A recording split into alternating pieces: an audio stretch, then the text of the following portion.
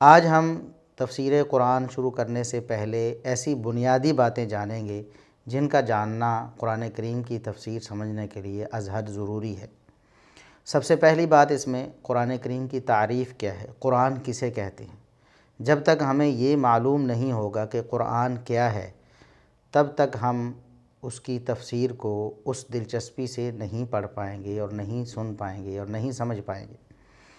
قرآن کریم کی تعریف جو علماء نے کی ہے، مختصر الفاظ کے ساتھ آپ کی خدمت میں رکھوں گا کہ کلام اللہ المنزل علی محمد صلی اللہ علیہ وسلم، یہ اللہ رب العزت کا وہ کلام ہے جو محمد الرسول اللہ صلی اللہ علیہ وسلم پر نازل شدہ ہے، جس کا آغاز سورۃ الفاتحہ سے ہوتا ہے اور جس کا اختتام سورۃ الناس پہ ہوتا ہے۔ تو اللہ کا کلام یہ کلام حقیقی ہے، لفظاً و معناً قرآن کریم اللہ کا کلام ہے۔ بعض اہل کلام متکلمین کا کہنا ہے کہ قرآن کریم اللہ کا کلام ہے لیکن کلام حقیقی نہیں بلکہ کلام نفسی ہے۔ گویا ان کے کہنے کا مطلب اور مقصد یہ ہے کہ اللہ رب العزت نے اس کا تکلم نہیں فرمایا، نطق نہیں فرمایا، حروف اور اصوات جو ہیں وہ اللہ رب العزت کی طرف سے نہیں ہیں۔ یہ عقیدہ باطل ہے، کتاب و سنت کے بھی خلاف ہے، صحابہ کرام، تابعین، تبع تابعین اور ائمہ دین کے اہل سنہ والجماعہ کے اتفاقی اور اجماعی موقف کے خلاف ہے۔ قرآن کریم بھی یہ بتاتا ہے، احادیث بھی بتاتی ہیں، یہ ذرا یہاں تفصیل کا موقع نہیں ہے۔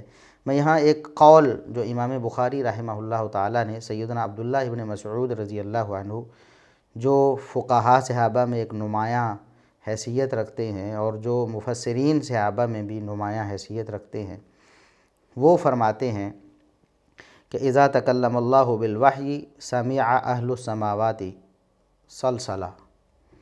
امام بخاری رحمۃ اللہ علیہ نے یہاں شیئن کے الفاظ ذکر کیے ہیں کہ اللہ رب العزت جب وحی کے ساتھ کلام فرماتا ہے تو آسمانوں والے کچھ سنتے ہیں، اور امام ابن خزیمہ رحمہ اللہ تعالیٰ نے اس کو باسند نقل کیا ہے اپنی کتاب التوحید میں، کتاب التوحید کے نام سے انہوں نے کتاب لکھی، تو اپنی سند سے صحیح سند کے ساتھ انہوں نے عبداللہ ابن مسعود رضی اللہ عنہ سے یہ قول نقل کیا کہ اذا تکلم اللہ بالوحی سمع اہل السماء سلسلۃ، کہ جب اللہ رب العزت وحی کے ساتھ کلام فرماتا ہے تو آسمانوں کے جو فرشتے ہیں، آسمانوں والے ہیں، وہ آواز سنتے ہیں، جیسا کہ پتھر پر کوئی زنجیر کھینچنے کی آواز ہوتی ہے، زنجیر کی آواز وہ سنتے ہیں۔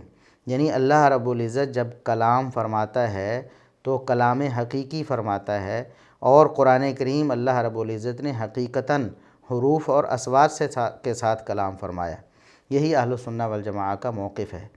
تو اس سے قرآن کریم کی عظمت کا ہمیں اندازہ ہونا چاہیے کہ یہ ایسا کلام ہے جو اللہ رب العزت کا حقیقی کلام ہے۔ خود سب سے پہلے اللہ رب العزت نے اس کو تکلم فرمایا، اور جبریل امین نے اللہ رب العزت سے اسے سنا اور محمد الرسول اللہ صلی اللہ علیہ وسلم تک پہنچایا۔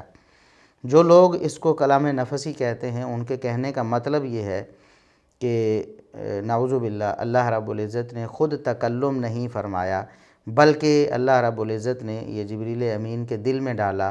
گویا ان کے بقول یہ الفاظ جو قرآن کریم کے ہیں یہ اللہ رب العزت کے نہیں بلکہ جبریل امین کے ہیں۔ یہ باطل عقیدہ اور نظریہ ہے۔ تو صحیح عقیدہ یہ ہے کہ یہ اللہ رب العزت کا حقیقی کلام ہے، لفظاً و معناً، معنی بھی اللہ کی طرف سے ہے اور لفظ بھی اللہ رب العزت کی طرف سے ہیں۔ الفاظ اللہ رب العزت نے ادا کیے ہیں کما یلیق بشأنہ، جیسے اس کے شایان شان ہے۔ اللہ رب العزت کی جتنی بھی صفات ہیں، اللہ رب العزت کے جتنے بھی افعال ہیں جو کتاب و سنت سے ثابت ہیں، وہ کما یلیق بشأنہ ہی ہیں، یعنی جیسے اس کی شان کو لائق ہیں۔ اللہ رب العزت کے مثل کوئی چیز نہیں، لیس کمثلہ شیء، اللہ رب العزت کے مثل کوئی چیز نہیں۔ اللہ رب العزت کے افعال کو، اس کی صفات کو کسی مخلوق سے تشبیہ نہیں دی جا سکتی۔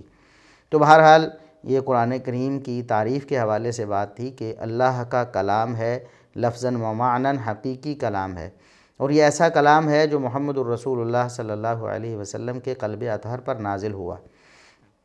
اس سے اللہ رب العزت کے دیگر جو کلام ہیں وہ اس سے خارج ہو جاتے ہیں، جیسے کہ وَكَلَّمَ اللَّهُ مُوسَىٰ تَكْلِيمًا، قرآن کریم میں اللہ نے بتایا کہ موسیٰ علیہ السلام سے بھی اللہ نے کلام فرمایا۔ تو یہ کلام جو موسیٰ علیہ السلام سے فرمایا وہ خارج ہے۔ قرآن کریم وہ کلام ہے جو اللہ رب العزت نے محمد الرسول اللہ صلی اللہ علیہ وسلم پر نازل فرمایا۔ بہرحال اس میں اور بھی کچھ تفصیلات ہیں، یہاں وہ تفصیلات ہمارا موضوع نہیں ہے، اس لیے ہم تھوڑا آگے چلتے ہیں کہ قرآن کریم اللہ رب العزت کا کلام ہے اور اللہ رب العزت کی حفاظت سے محفوظ ہے۔ یہ سینوں میں اللہ رب العزت نے محفوظ فرمایا، محمد الرسول اللہ صلی اللہ علیہ وسلم کے سینے میں، پھر صحابہ کرام کے سینوں میں، پھر تابعین، تبع تابعین اور ائمہ دین، اور تواتر کے ساتھ مسلمانوں کے سینوں میں محفوظ ہوتا چلا آیا ہے۔ اسی طرح کتابوں لکھی ہوئی صورت میں، کتابی صورت میں بھی اللہ رب العزت نے اس کو محفوظ فرمایا۔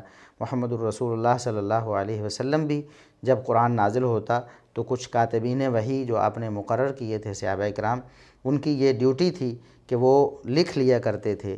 تو کسی کے پاس کوئی صورت، کسی کے پاس کچھ صورتیں، کسی کے پاس کچھ آیات، اور کسی کے پاس کسی درخت کی چھال پہ، کسی کے پاس کسی جانور کی کھال پہ، تو مختلف انداز سے لکھی ہوئی موجود تھیں، جو کہ صحابہ کرام کے دور میں جب اسے مدون کیا گیا، یعنی دو گتوں کے درمیان جمع کیا گیا، تو ساری آیات اور ساری صورتیں یکجا ہو کر مسلمانوں کے پاس محفوظ ہو گئیں۔